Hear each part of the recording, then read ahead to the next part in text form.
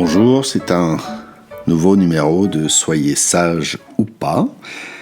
Je suis Laurent Kiven et alors cette fois je vous raconte à nouveau trois quatrains de Omar Khayyam, ce poète perse vieux de quelques 900 ans. Parfois je pense qu'il a connu Sérédine, peut-être que c'est le même homme, même si là le poète se fait grave et existentiel. Je vous dis ces trois poèmes. Personne n'a soulevé le rideau du destin. Personne ne détient les secrets de l'énigme. 72 années, j'ai voulu réfléchir et je n'ai jamais rien appris.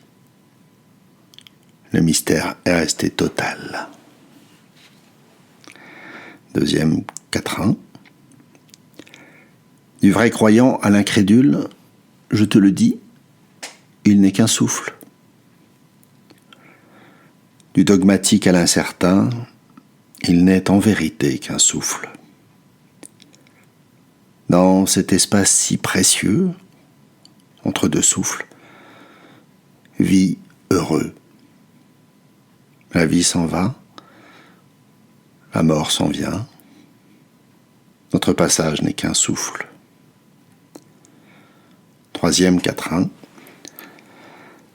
Comme il n'existe dans nos mains que le vent de tout ce qui passe, comme chaque chose est vouée au déclin, au vieillissement, pense que tout ce qui existe n'a peut-être aucune existence, et pense, dans le même temps, qu'existe ce qui n'existe pas.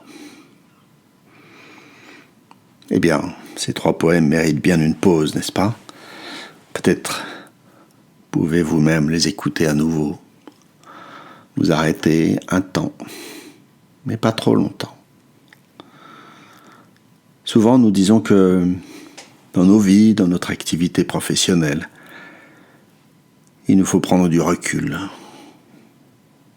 Ça me rappelle le gag un peu classique, teinté d'humour noir, du photographe qui, prenant une photo d'un groupe en haut d'une falaise, recule pour élargir le champ et finit par tomber de la falaise.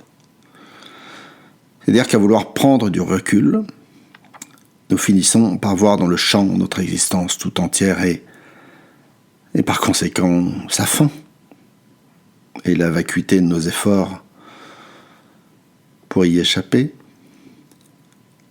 Vouloir à toute force prendre du recul, c'est oublier qu'il y a du bénéfice à avoir la tête dans le guidon. C'est précisément d'oublier toutes les angoisses existentielles. Si j'ai le nez sur mes performances, je ne pense pas au temps qui passe et à la mort qui s'approche. D'un autre côté, si je reste à mes affaires, je ne verrai pas le temps passer et au final, je n'aurais pas vraiment goûté à l'existence.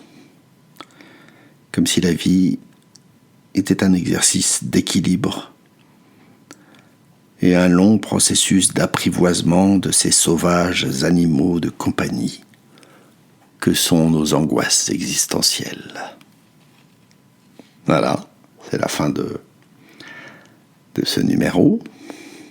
Cliquez, partagez, envoyez le lien sur mon site, sur YouTube. Et à bientôt.